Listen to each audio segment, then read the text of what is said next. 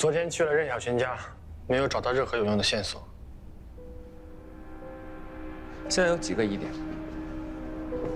通过任小萱母亲的表述，任小萱性格孤僻，那凶手跟她究竟是什么关系？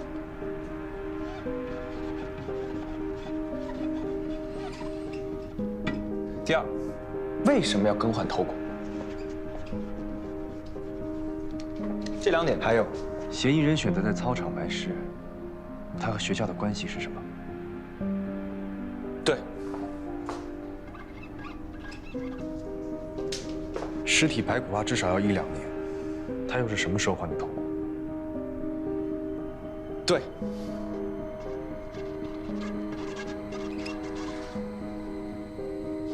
你还有问题吗？我问完了。所以我们目前关注的重点，第一，我们要走访任小萱以前的同学，尽可能的找到有线索的关系人；第二，尽快确认头骨的更换时间，以此来缩小嫌疑人的范围。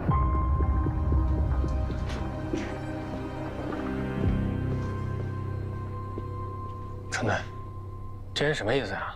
会还没开完呢，得好好管一管。你懂什么？艺术家都这样。行了，散会。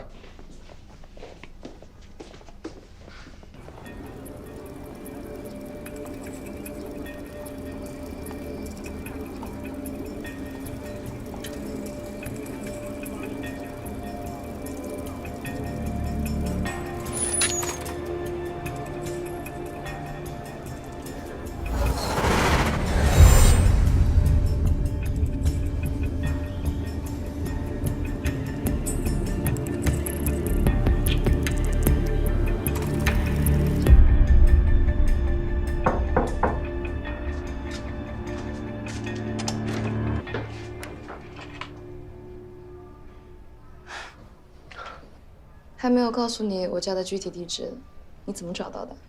兰花。兰花。啊，请进。谢谢。我们第一次在美术教室见面的时候，墙上挂了一幅画，画的就是这条街道。最醒目的就是这个开满兰花的阳台。那幅画是你画的吧？你怎么知道？你左手小指的外侧有茧，那满墙的画里，只有那一幅画的笔触是从左上到右下的，只有左撇子才这么画画。观察倒是挺细致。你是一个人住啊？还有他。你随便坐，我去给你倒杯水。谢谢。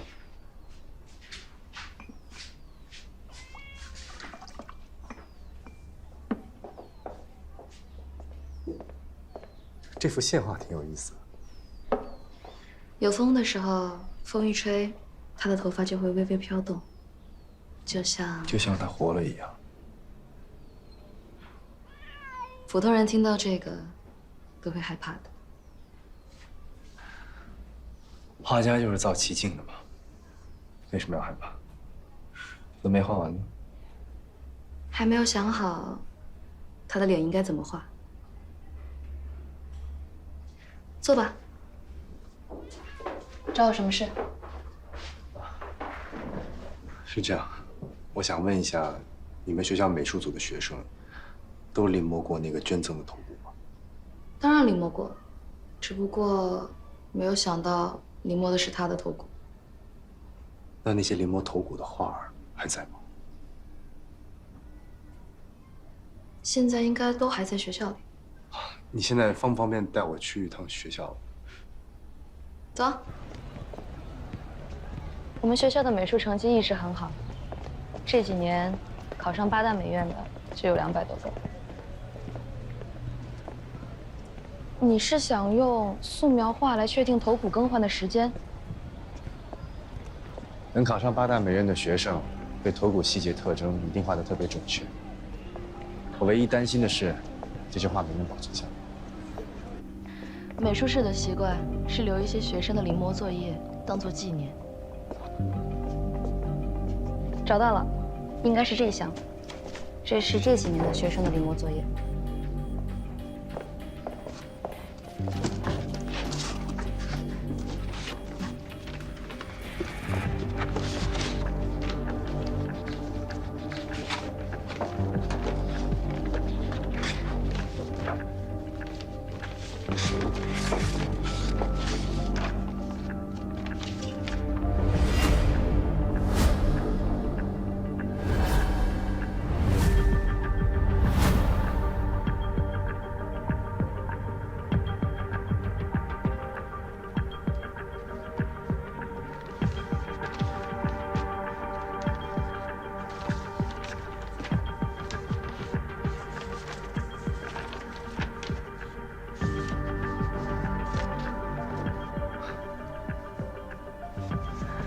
看这个笔触，应该是你画的吧？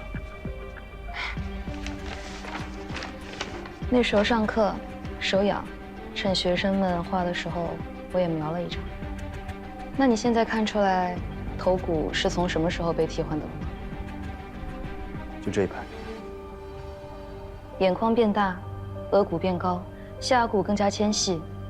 时间是2017年10月前后。看来你画的这张，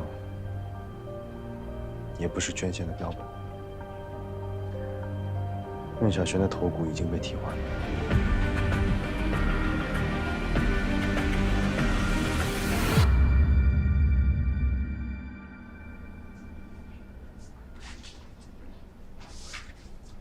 你画这么多头骨是要干嘛呀？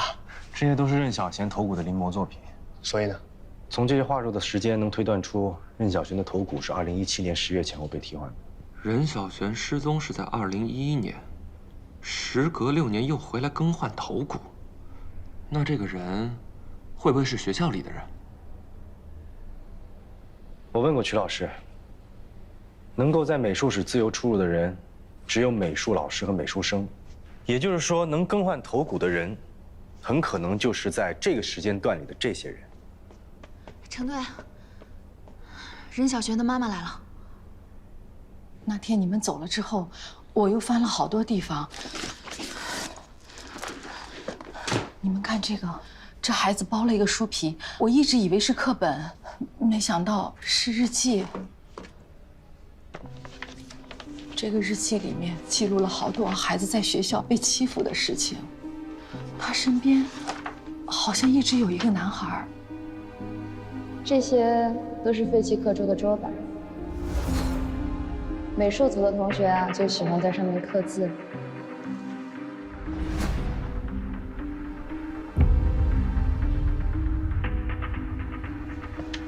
这本日记一共224篇，上高中以后是89篇，大概6万字。这份日记是一个突破口，里面涉及很多重要关系人和关键信息，比如他曾长期遭受霸凌。哎呀，看这段描述，他好像还被人猥亵过，是吧？这么看来，任小璇的死，最有可能和霸凌猥亵他的人有关，这是一个重要的侦查方向。另外，这日记里似乎还描述了一个他喜欢的男孩，也是一个关键线索。哎，你听这个啊，如果能当他的一根眉毛，好像也不错。你这写的根本就不通顺，感觉这孩子太拧巴了。阿言，少女的心事啊，像我们这种年轻人都理解不了，你们这代人呢，就更别提理解了。是，我岁数大了啊。去找找值班的女警，让他们帮咱们研究研究。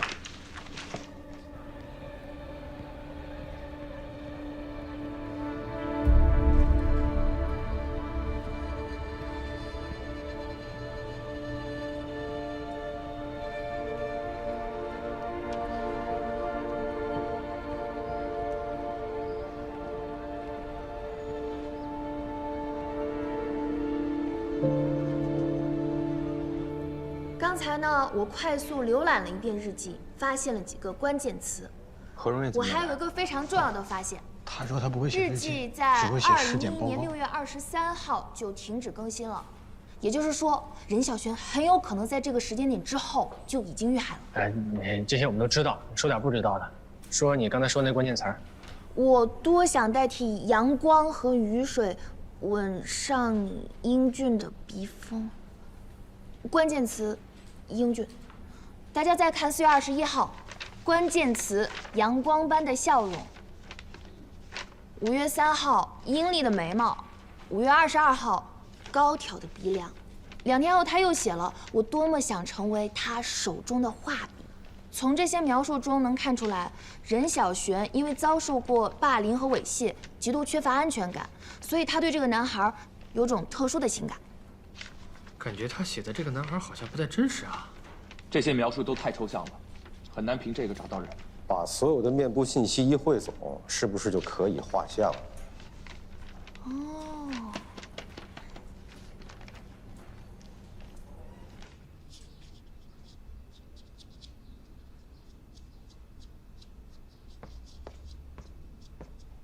你在这儿干嘛呢？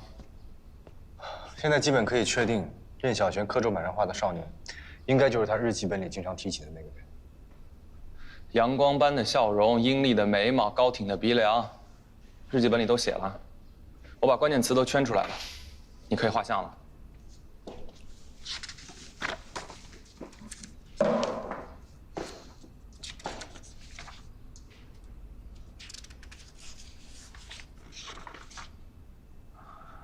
你还漏了一些，像这句：“清风吹乱了他的头发，他会用修长的手指去拨。”这说明什么？说明他不是光头，也不是寸头，而且头发还不短。你去哪儿？找地方画像，你随意。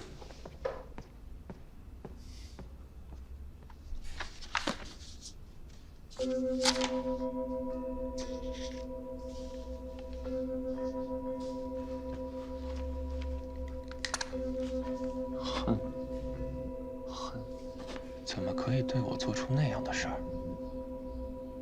侮辱、羞耻，也不敢反抗，只能发抖。长长的小拇指指甲。他曾经试图猥亵小璇，小璇却什么都没有说，也不敢反抗。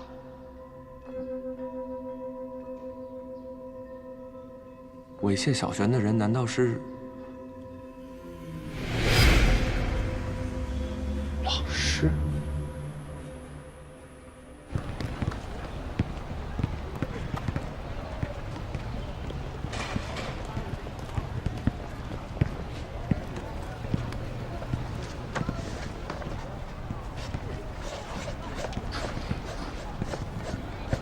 我是2年前调入学校从事管理工作的，对以前的情况一无所知啊。这个箱子是以前学校教职员工的资料，你先看看。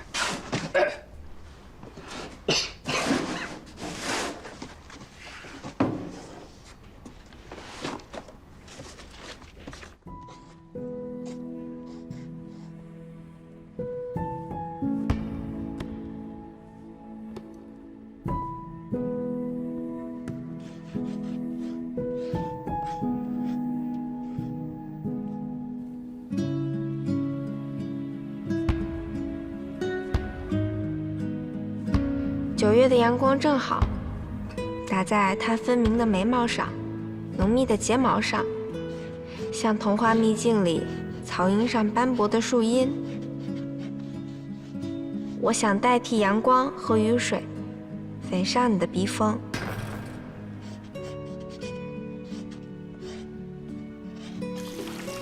你打完球，不管不顾地跑到水龙头下洗脸，充实每一寸发丝。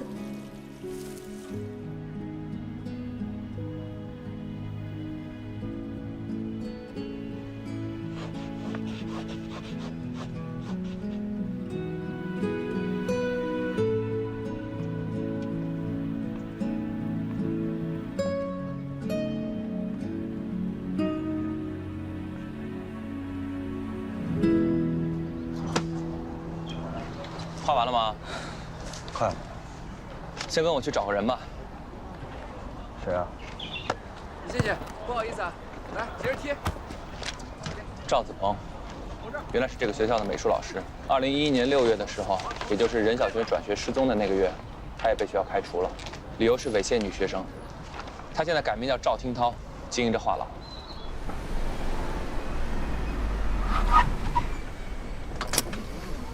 站好了。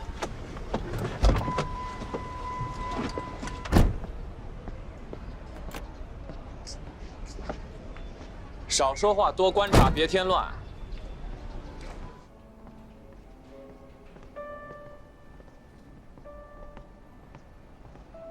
你好，请问你们赵总在吗？赵总在楼上会见客人，两位如果和赵总有约的话，需要稍等一下。啊，那我们能先转转吗？可以啊，这边请。谢谢。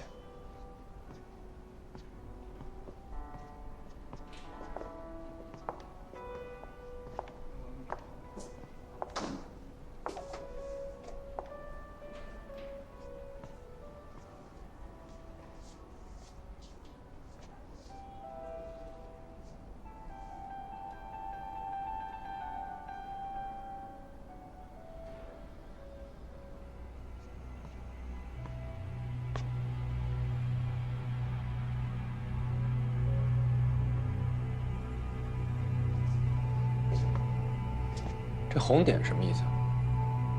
这个红点代表的是交易次数，一般像摄影作品、版画这些可被复制的，每交易一次会标注一个红点。可是像油画这种独一无二的，一般被买下来就会直接从墙上撤走，不会用这种方式来标记。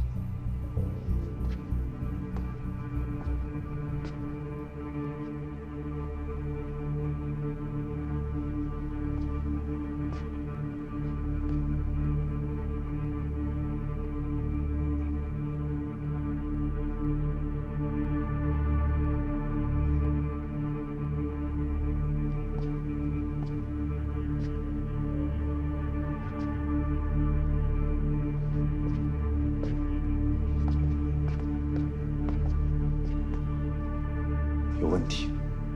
油画放置时间长了，表层光油会被氧化，表面又看起来发黄发暗。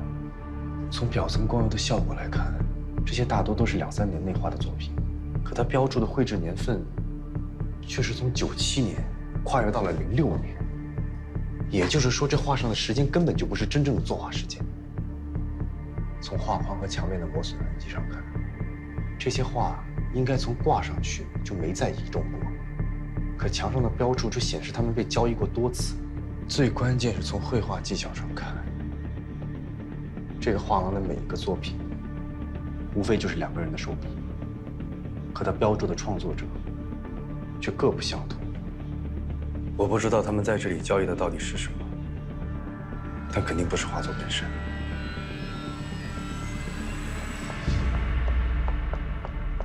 你好，请喝水。让你们赵总立刻下来。不好意思，先生，赵总在见一个很重要的客人，不方便。你去跟他说，楼下的客人更重要。北江分局刑侦大队。警察同志，你们看这里面是不是有什么误会啊？这人你认识吗？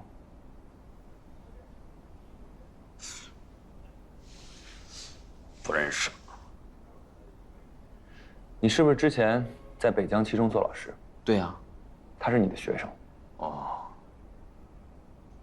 可我教过那么多学生，我哪能记住每张脸呢？记不住是吧？啊，行，那换个地方帮你想。警察同志们，我也是懂法之人，你们不能因为我记性不好就把我逮这儿来了。跟记性没关系。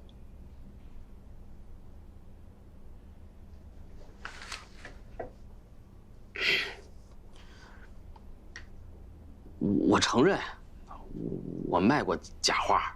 你觉得你是因为卖假画的事儿，所以我们叫你来的？那还能有啥事儿啊？你卖的真的是画吗？你卖的不是画，是人。那些画上的时间不是绘画的时间，而是女孩的出生年份。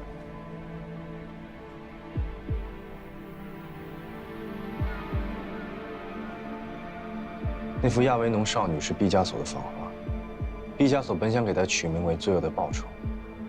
他周围的画作都是写实派，代表的是成年女性。而这幅看不清人脸的立体派，年份显示的是2006年，说明女孩的年龄只有15岁。你再把15岁的少女当成商品来交易，你经营画廊为虚，组织卖淫为实。警察同志们，我说你们真有想象力，我就是一个普通的艺术品经销商。严肃点儿！是不是真的有？我们跟着你的客户名单查一下就知道。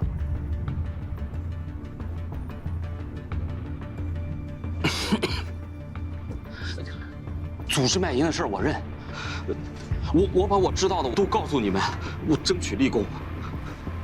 先不说别的，任小璇，我没杀他。你怎么知道他死了？任小璇当年虽然转学了，但是他失踪的消息很快在我们老师之间就传开了。这几天又听说七中操场挖出尸骨，你们又问起他，那一定就是任小璇了。把你当年猥亵任小璇的事交代一下吧。猥亵啊？任小璇的日记本里都写了整个事情的经过。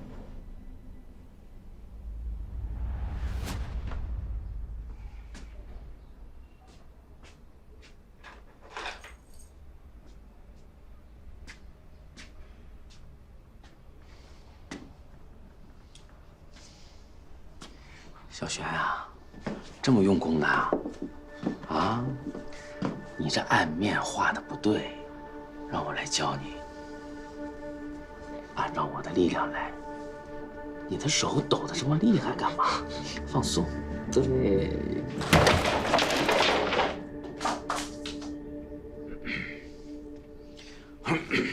不是警察同志，这全都是误会啊！那根本就算不上猥亵。再说，我也没得手啊。来的那个学生长什么样？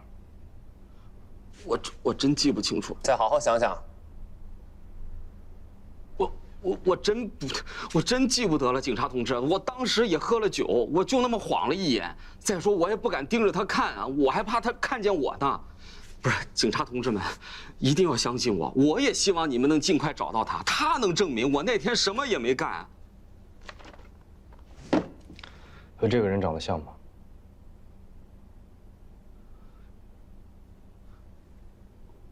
我真的记不太清了，我只记得他好像是很瘦，然后个子不高。哎呦，10几岁半大的孩子长得都差不多，跑不了，一定是当年美术组那几个坏孩子当中的一个。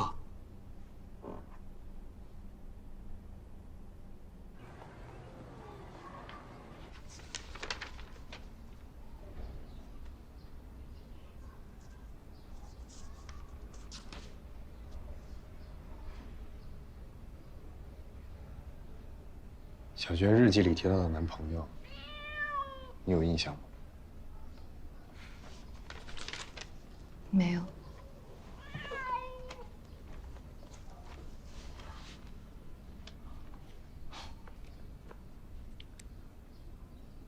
可能对于画画的人来说，印象都不在脑子里。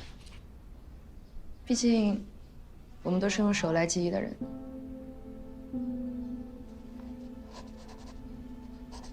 美术教室里的阳光正好打在她分明的眉毛、浓密的睫毛上，像童话秘境里草荫上斑驳的树叶。画着画着，她就露出了阳光般的笑容。她一定很热爱画画。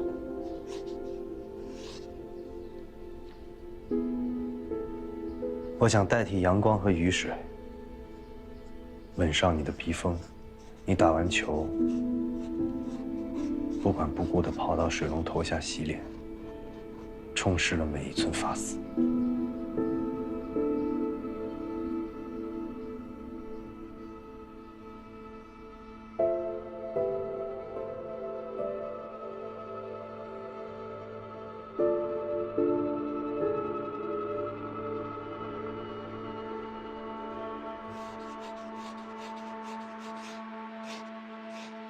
我们仿佛永远分离，却又终身相依。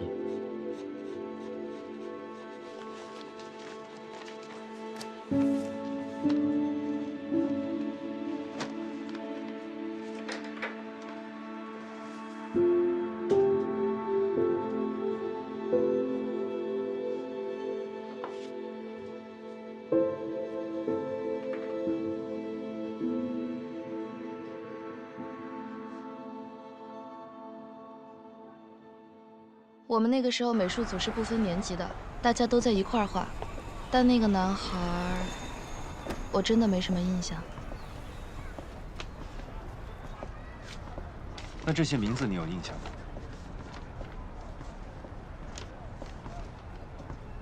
都是当年美术组的，有和小璇一样是高1的，也有跟我一样是高3的。我们现在还经常在一块儿聚会什么的。怎么了？我想请你帮我个忙。谢谢你帮我们组织这场同学聚会。毕竟是认识的人，我也想知道真相。我一直很好奇，你为什么要留下来？留在这里当美术老师，会埋没你的才华。那你呢？你为什么当警察？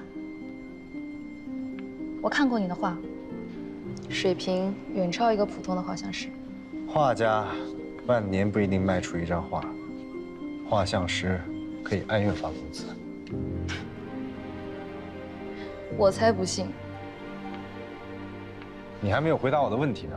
以你的才华，完全可以去国内一流的美院继续深造，去跟更优秀的艺术家交流。为什么要留在这儿？艺术，纯粹的艺术太难实现了，名利和虚荣很容易让人迷失。我更愿意留在学校，教那些真正热爱艺术的孩子们。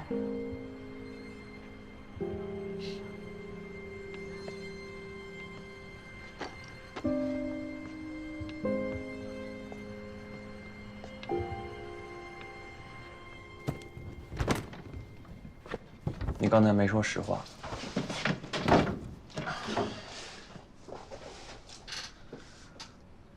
是你早就预设好了答案，所以我怎么说都不对。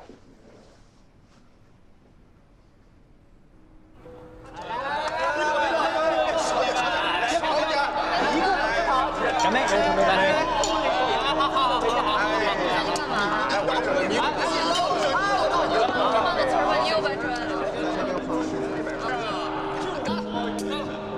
看着都不太像。在这儿聚会是不是感觉特别亲切啊？当然啊，可不是。我们那个时候美术组就躲在这个泳池里边谈天说地，画画涂鸦。对对对。这栋楼可藏着我们曾经的青春呢。喝一个吧。走一个，走一个。师姐，不是说有什么节目吗？什么节目？一个小游戏，考考大家的墨画能力。你们几个帮我把那个画板转过来一下。好。想想我们当初那么熟悉，现在又那么陌生。这些年过去，大家还记得多少当年的人和事儿呢？行啊，师姐，你说怎么玩？我跟。这个箱子里面有一些纸签，都是我写的当年我们美术组成员的一些特征。每人抽一张，抽出来之后就在黑板上画，然后其他人看猜不猜得出来，怎么样？行啊，可以，来。那我先来。行，来吧。他的脸上总是浮着一层油，眼睛像2颗浮在油上的小黑豆。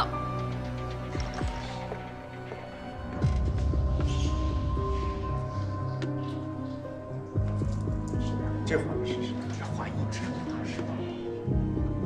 是。这招挺聪明啊，徐老师他自己先画，那来的人就不会起疑心了。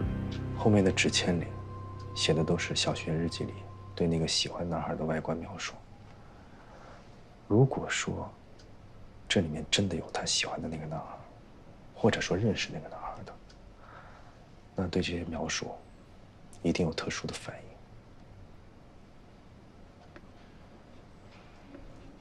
什么呀？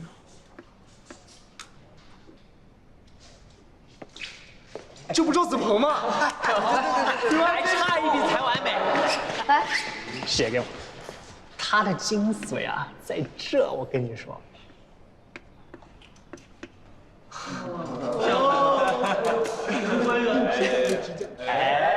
精髓了吧？就这样啊，画几下啊。我怎么感觉这个对你们来说没什么难度啊？确实的，好到位。那要不然这样，换个玩法。行啊，行啊。同一张纸条，同一个人，我们一起画，看谁画的更快更好，怎么样？没问题。行啊，没问题啊，我就手痒。好，那来吧。我跟你们讲，肯定是我赢。你上学都没我好。去。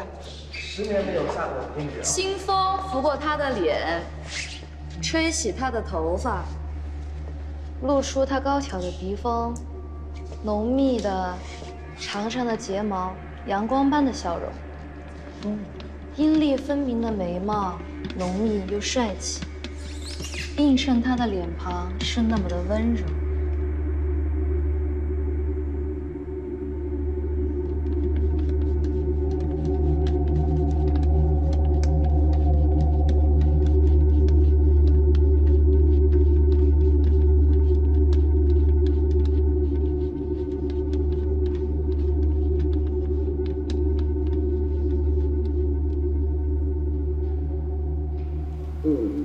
嘘，早知道进来这么久，就带点吃的。我有。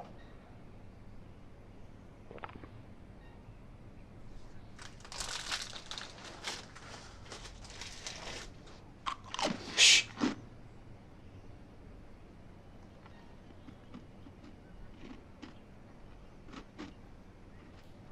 我怎么觉得这个像许晨啊？不是，许晨哪有这么时髦的发型？肯定不是。啊。那谁啊？我觉得像王一琦。再不画的话，真的要输了。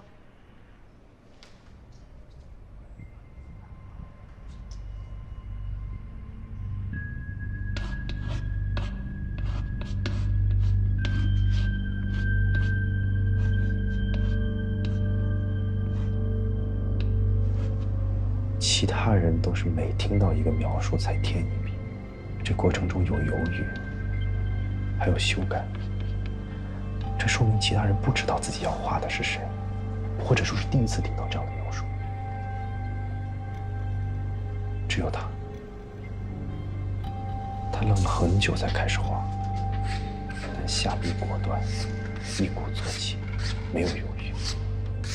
那么很可能，他在听到这些描述的时候，就已经知道自己要画的是谁。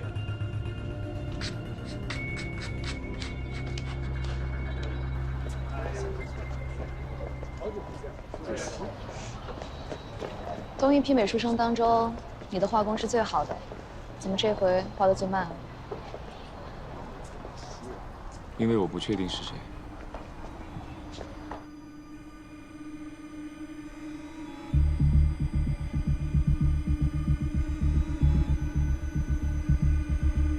下笔有力，情绪饱满，能感觉到他在把自己一直压抑的情绪释放和宣泄。是他吧？要么认识，要么看过日记。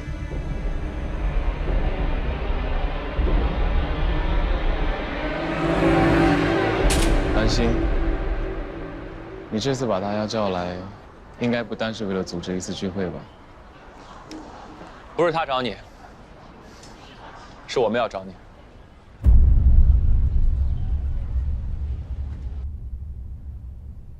你看过他的日记，对不对？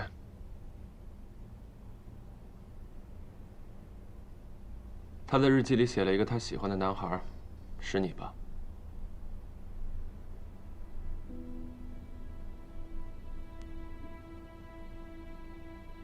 一开始，我也以为他喜欢的人是我。我第一次注意到他是在篮球场上，那天是愚人节，下着雨，我记得很清楚。后来他经常会看我打球，还会在篮球场外默默为我加油到天黑。他会在美术课的时候偷偷望向我的方向，会在吃饭的时候坐得离我很近。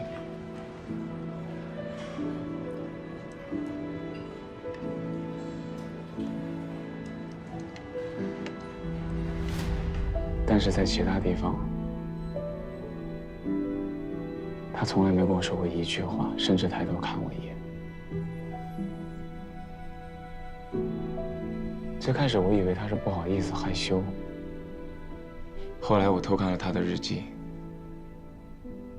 我才知道他画在桌板上那个背影不是我。所以你就霸凌他。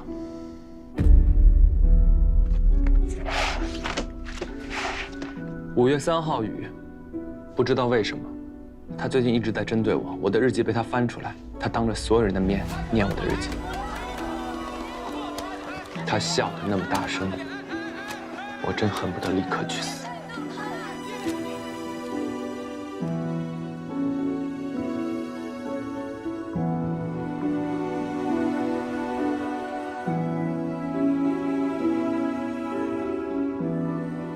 5月15日，我又被罚跑了。我知道还是因为他，可不知道怎么向老师解释。同学们谁也不会替我作证。5月18日，没想到我的课本里有一只死鸟，我害怕极了。我知道，一定是他。6月5日，在雨天骑车是我最害怕的事儿，可偏偏又遇到他。我摔倒在水里，看着他的背影。不要再读了。这就是你在他日记里的样子。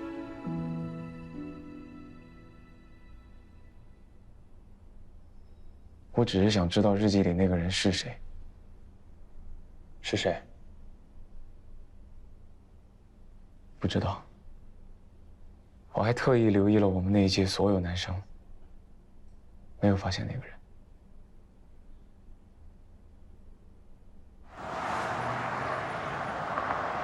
根据目前的调查，基本可以确定，赵子鹏和田玲与任小璇的死亡都没有直接关系。那么任小璇日记中提供的线索，只剩下那个男孩了。但是我们到目前为止，找到的所有和任小璇有关的人，都说不知道这个男孩是谁。你不觉得奇怪吗？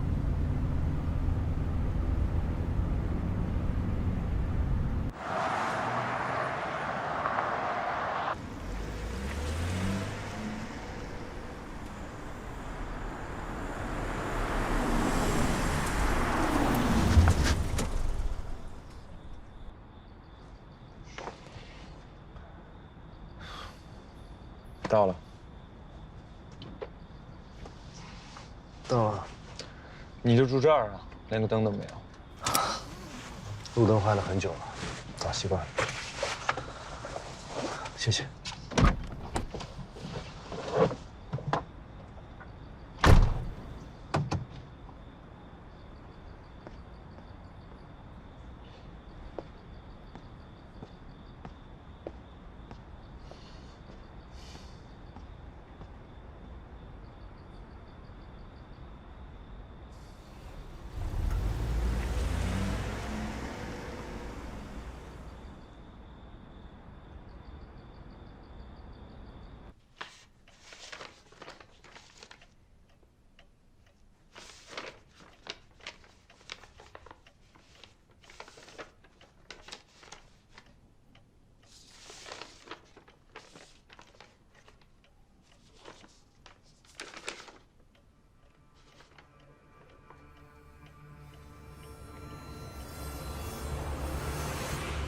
那天是愚人节，下着雨。